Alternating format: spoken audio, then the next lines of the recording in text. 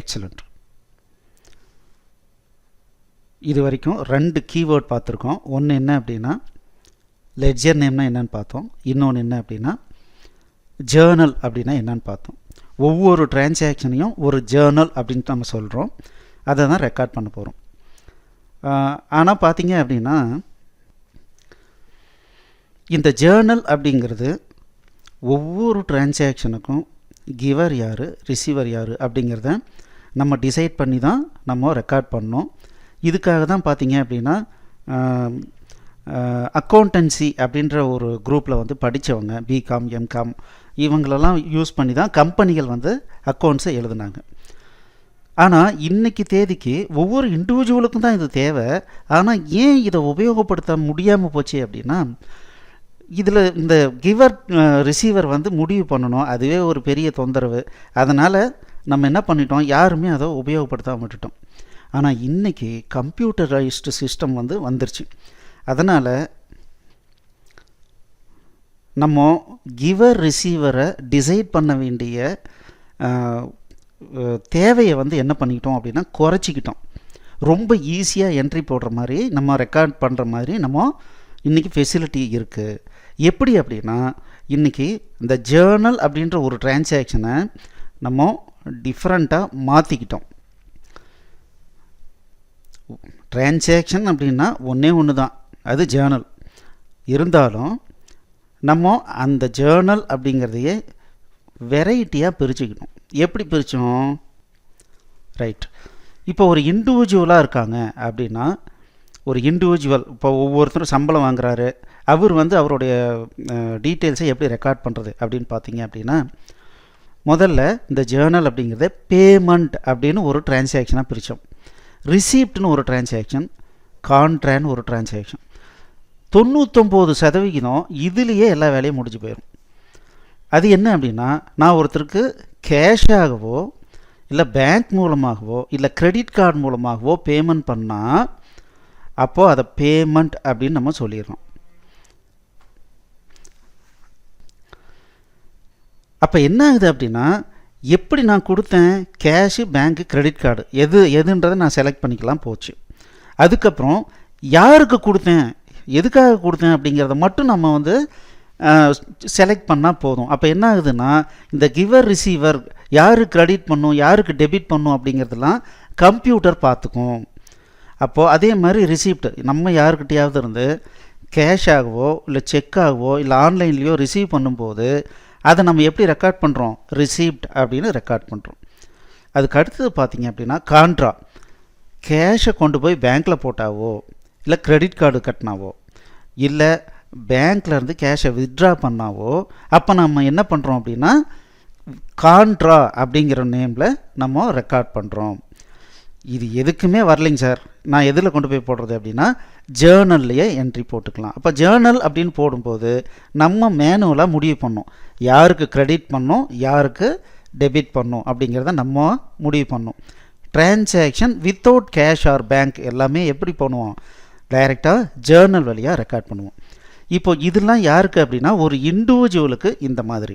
சரி, இதே ஒரு கம்பெனியாக இருந்தால் இது எல்லாமே வரும், பேமெண்ட் ரிசிப்ட் கான்ட்ரா ஜேர்னல் இது எல்லாமே வரும். கூடவே இன்னும் சில அடிஷனல் இது வரும், என்னென்னா பர்ச்சேஸ். அப்போது ஒரு பிஸ்னஸ் பண்ணுறதுக்கு பர்ச்சேஸ் பண்ணி சேல்ஸ் பண்ணுறாங்கன்னு வச்சுக்கோங்களேன், இல்லை பர்ச்சேஸ் பண்ணி ஒரு மேனுஃபேக்சரிங் பண்ணி அப்புறம் சேல்ஸ் பண்ணுறாங்கன்னு வச்சுக்கோங்களேன். அப்போ ரெகுலராக பர்ச்சேஸ் நடந்துக்கிட்டே இருக்கும். அப்போது என்னென்ன பிஸ்னஸ் ப்ராடக்ட்ஸ் பர்ச்சேஸ் பண்ணுறாங்களோ அந்த என்ட்ரியை பர்ச்சேஸ் என்ட்ரின்னு சொல்கிறோம். அதே மாதிரி என்னென்ன பிஸ்னஸ் ப்ராடக்ட்ஸை சேல்ஸ் பண்ணுறோமோ அதை சேல்ஸ் என்ட்ரி அப்படின்னு சொல்கிறோம். அதே மாதிரி இப்போ நான் ஒருத்தருக்கு சேல்ஸ் பண்ணேன், அவர் எனக்கு திருப்பி கொடுத்துட்டார். அப்போது அவர் எனக்கு பணம் கொடுக்க தேவையில்லை, சேல்ஸ் ரிட்டர்ன் பண்ணிட்டார். அப்போ என்னன்னு சொல்கிறோம், கிரெடிட் நோட் அப்படின்னு சொல்கிறோம். அப்போது ஒருத்தர் எனக்கு திருப்பி கொடுத்துட்டாரு, அதை நான் என்ன பண்ணுறேன், நான் ரெக்கார்ட் பண்ணுறேன். அப்போ அதை என்னன்னு சொல்கிறோம், சேல்ஸ் ரிட்டர்ன். இல்லைனா நான் அவர் கொடுத்துட்டேன், பில்லு போட்டு நான் கொடுத்துட்டேன், ஆனால் அதுக்கப்புறம் தான் அவர் ஞாபகப்படுத்துகிறார், சார் எனக்கு கேஷ் டிஸ்கவுண்ட் கொடுக்குறேன்னு சொன்னீங்களே நீங்கள் மறந்துட்டீங்க போல இருக்கு அப்படின்னு சொல்கிறாருன்னு வச்சுங்களேன். அப்போ நம்ம என்ன பண்ணுறோம், ஆமாங்க அப்படின்னு சொல்லிட்டு அவருக்கு நம்ம என்ன பண்ணுறோம், பணம் வந்த மாதிரி எழுதி வச்சுக்கிறதுக்கு பேர் கிரெடிட் நோட் அப்படின்னு பேரும். அதே மாதிரி நம்ம பர்ச்சேஸ் பண்ணவங்கக்கிட்ட எப்போ அந்த பொருள் சரியில்லை நான் திருப்பி கொடுத்துட்றேன், இல்லை உடஞ்சி போச்சு நான் திருப்பி கொடுத்துட்றேன் அப்படின்னு சொல்லும்போது டெபிட் நோட் அப்படின்னு சொல்கிறோம். அதாவது பர்ச்சேஸ் ரிட்டர்ன் பண்ணாவோ நம்ம எப்போ நீ எனக்கு வந்து டிஸ்கவுண்ட் கொடுக்குறேன்னு சொன்னால் நீ கொடுக்க மறந்துட்ட, நான் டெபிட் நோட் ரைஸ் பண்ணுறேன், அதாவது உனக்கு கொடுத்த மாதிரி ரைஸ் பண்ணுறேன் அப்படிங்கும்போது என்ன ஆகுது, அது டெபிட் நோட். அதாவது purchase sales, sales return, purchase return அந்த மாதிரி பிரித்து என்ட்ரி போடும்போது என்ன ஆகுது அப்படின்னா இந்த credit the giver debit the ரிசீவர்ன்ற ஃபார்முலா இல்லாமையே நம்மளால் நம்மளால் மேனேஜ் பண்ணிக்க முடியும். அப்படின்னா இது வரைக்கும் பார்த்ததை வச்சு பார்க்கும்போது அக்கௌண்ட்ஸை நம்ம ஒவ்வொரு இண்டிவிஜுவலும் ஃபாலோ பண்ணுறது ரொம்ப கஷ்டம்லாம் கிடையாது. நீங்கள் உள்ளே இறங்கி ரெக்கார்ட் பண்ண ஆரம்பிச்சிங்கன்னா ஆட்டோமேட்டிக்காக உங்களுக்கு நல்லா புரிய ஆரம்பிச்சிடும். சரிங்களா? அப்போ அக்கௌண்ட்ஸுங்கிறது கஷ்டம் இல்லைங்கிறது மட்டும் ஞாபகம் வச்சுக்கோங்க.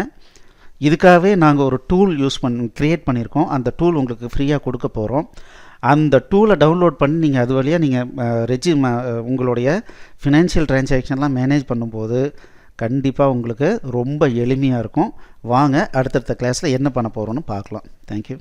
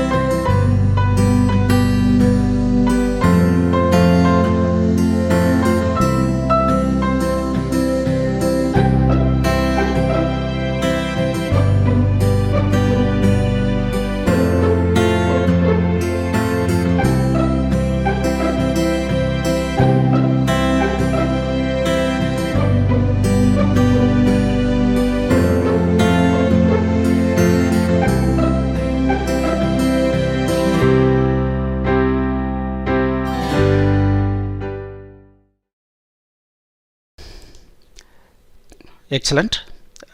இந்த வீடியோ உங்களுக்கு பிடிச்சிருந்தால் லைக் பண்ணுங்கள், எங்கள் சேனலுக்கு சப்ஸ்கிரைப் பண்ணுங்கள், இந்த வீடியோவை ஷேர் பண்ணுங்கள், குறிப்பாக உங்களுடைய கமெண்ட்ஸ் எழுதுங்க. மேலும் எங்களுடைய அனைத்து கோர்ஸ் என்னென்ன வச்சுருக்கோன்றதை பார்க்குறதுக்கு கீழே இருக்கிற டிஸ்கிரிப்ஷனை கண்டிப்பாக படிங்க. தேங்க்யூ.